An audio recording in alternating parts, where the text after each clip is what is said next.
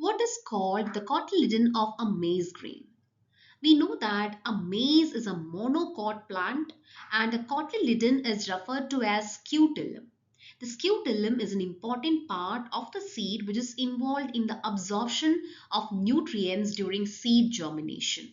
So that means the correct answer is option D, scutellum. Coming to option A, plumule. Plumule is the young shoot of the plant that will develop into the stem and the leaves. So option A is incorrect. Option B, coleoriza. Coleoriza is a protective sheath that covers the radicle, that is the embryonic root of monocot seeds like maize. So option B is also incorrect. Option C, coleoptile. So coleoptile is a protective structure that surrounds a shoot of monocot seedlings as it emerges from the soil. So option C is also incorrect. The answer is option D. Chrysophytes, euglenoids, dinoflagellates and slime molds are included in which among the following kingdom?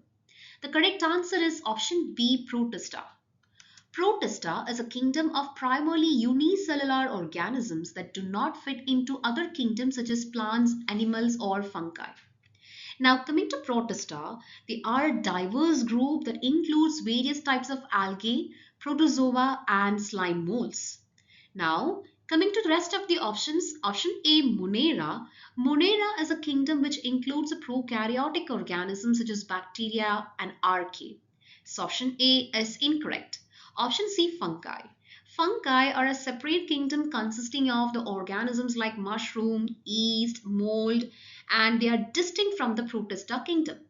Option D, Animalia. Animalia includes multicellular organisms that are heterotrophic and they do not typically exhibit the characteristics of protist. So option D is incorrect. The answer is option B.